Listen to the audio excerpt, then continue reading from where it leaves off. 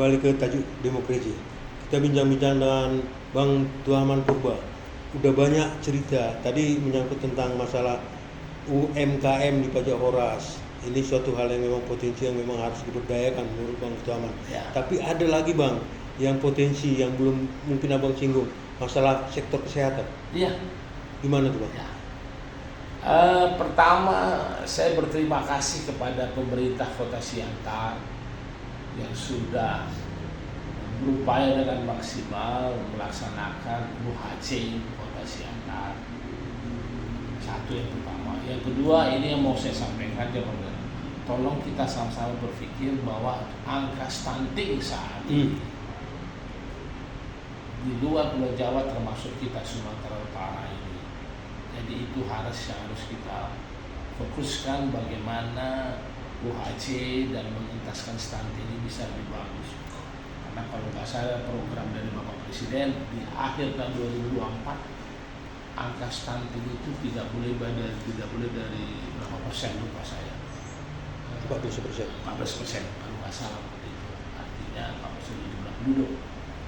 Saya melihat UHC ini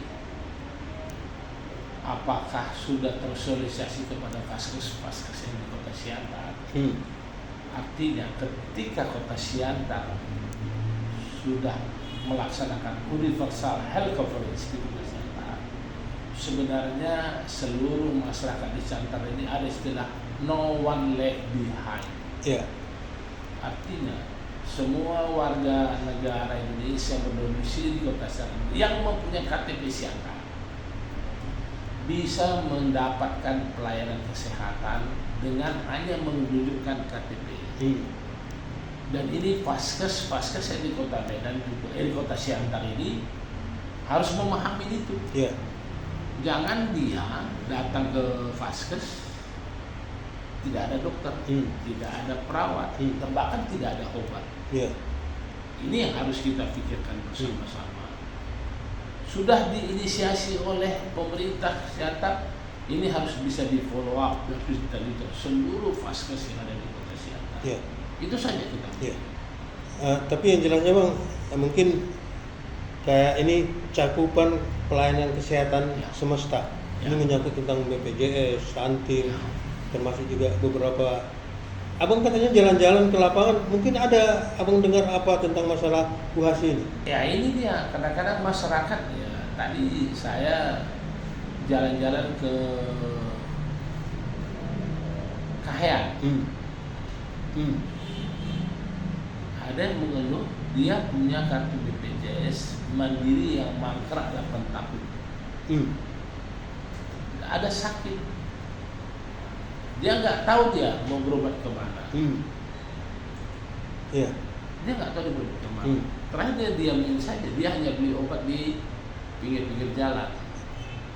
Mangkrak 8 tahun. Iya. Berarti nggak dibayar BPJS kesehatan? Dia tidak bayar. Iya. Tapi dengan ada prinsip UHC ini sebenarnya Harus tersentuh ya Bang dia. Harus tersentuh. Iya. Harus dia pergi berobat ke puskesmas. Betul. Persoalannya masyarakat ini kadang-kadang tidak bisa memahami ada jalur rujukan itu. Iya. Kadang-kadang masyarakat langsung sakit dia berobat, dia langsung ke rumah sakit, nggak boleh dong. Iya. Kecuali emergensi, dalam arti emergensi waktu di luar jam kerja dia bisa berobat, cari rumah sakit terdekat. Iya. Nah, itu Iya. pada jam-jam tertentu, di luar jam dinas itu boleh dia ke rumah sakit langsung. Ataupun kalau dalam jam-jam efektif dari jam 8 sampai jam 16 dia bisa berpuskesmas. Oke. Itu yang harus dimanfaatkan. Berarti paling nggak UHC ini perlu sosialisasi lebih kuat Bang. Iya. Gitu ya. Ini harus perlu disosialisasikan seluruh vaskes ya. dan seluruh rumah sakit yang berada di Kota Siantar. Iya.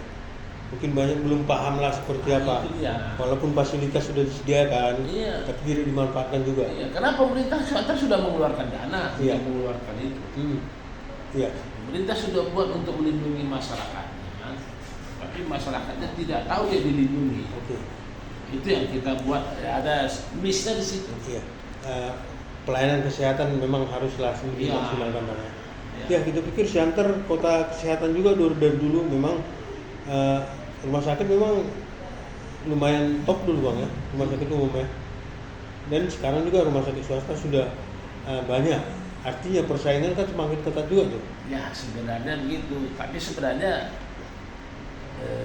saya lebih lihat rumah sakit swasta di Nusantara lebih banyak berkembang daripada pemerintah. Sebenarnya potensi itu ada di rumah sakit pemerintah.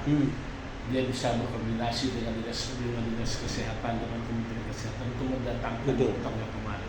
Iya. Ya, dari segi alat kesehatan juga lebih gampang.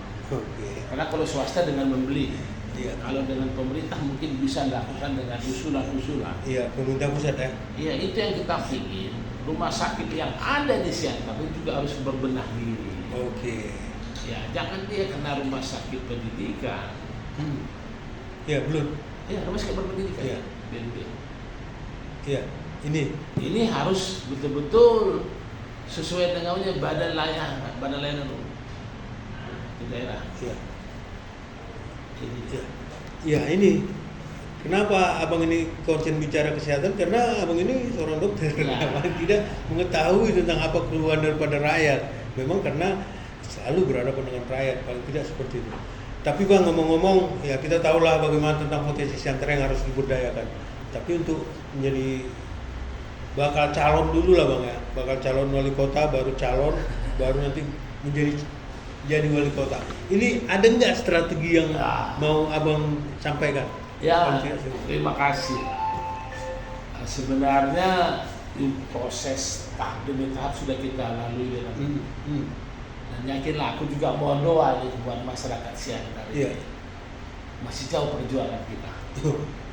Masih jauh perjuangan kita bagaimana proses menjadi calon wali kota di Siantar ini. Saat ini saya sudah bersosialisasi kepada seluruh 8 kecamatan di kota Siantar. Sudah. Baik ketemu, baik melakukan memberikan spanduk-spanduk. Dan saat ini sembari saya sedang melakukan survei. Apakah yang dibuat oleh Dr. Tuahman ini bisa diterima oleh masyarakat? Kita akan lihat. Mungkin dalam waktu dekat ini kita akan juga tour door to door. Bagaimana melihat? Sosialisasi sudah kita jalan. Survei sedang berjalan. Nanti apa yang perlakuan yang harus kita buat untuk membenahi ini. Tapi bang ngomong-ngomong tim udah ada ya? Tim sudah ada. Tim udah ada. Kayaknya ngomong-ngomong dengan Bang Tuahman ini memang mesti lama, tapi karena keterbatasan waktu kita mintalah abang closing statement ya bang, dalam rangka podcast kita ini. Terima kasih Bang. Mari kita sama-sama membenahi kota Siantar ini. Mari kebersamaan itu mencapai setujuan. Sapangan de mana terhitung kita. Artinya kita harus punya satu prinsip. Kita harus bagaimana berupaya untuk mencapai satu tujuan menjadi lebih baik. Hidup Siantar, jayalah Siantar. Hidup Siantar. Itulah bincang-bincang kita dengan Bang Tuahman Purba. Tapi paling tidak nanti kita ajak lagi lah untuk supaya menggali sebenarnya banyak yang ingin disampaikan. Tapi itu tadi ya. Jadi sampai ketemu kesempatan berbeda dan horas.